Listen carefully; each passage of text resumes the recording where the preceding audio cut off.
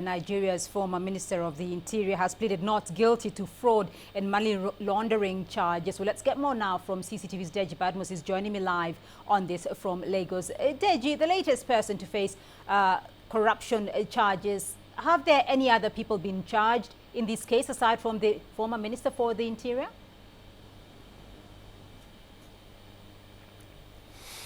Well, Beatrice, apart from the former Minister for the Interior, three other persons were charged. A permanent secretary in the Ministry of Interior at the time, a director in that ministry, and of course the contractor who handles the recruitment exercise, because you know, the recruitment exercise was actually contracted out to a private firm. So all of them have been charged, but it's the minister who has actually been sent to jail, you know, remanded in prison custody now. The permanent secretary was actually let, she was allowed to go home, but the minister, of course, in jail. So altogether, we're looking at about 4 persons, including the minister now, standing trial for on this case.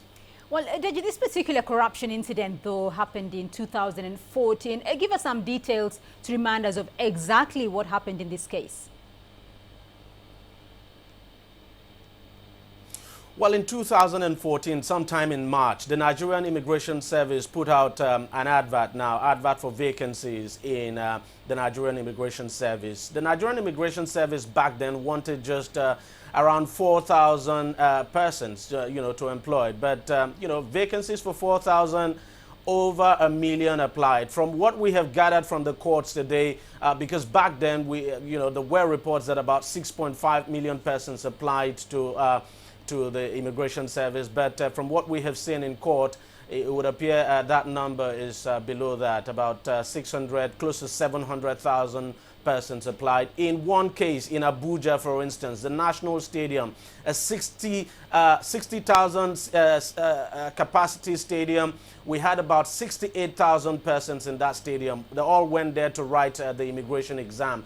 Now, the job of that recruitment was contracted out to a firm, and obviously the firm didn't handle it. So at the end of the day, about 20 persons died across the country because this recruitment exam was conducted all over the country. So 60 persons died, 20 persons died, and each of the applicants were made to pay 1,000 naira.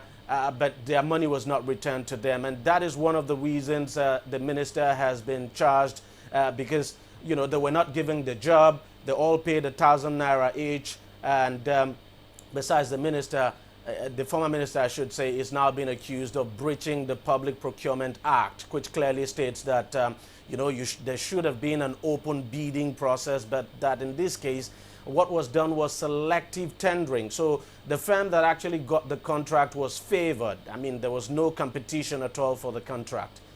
Beatrice. Right, Deji Badmus for us with that update from Lagos.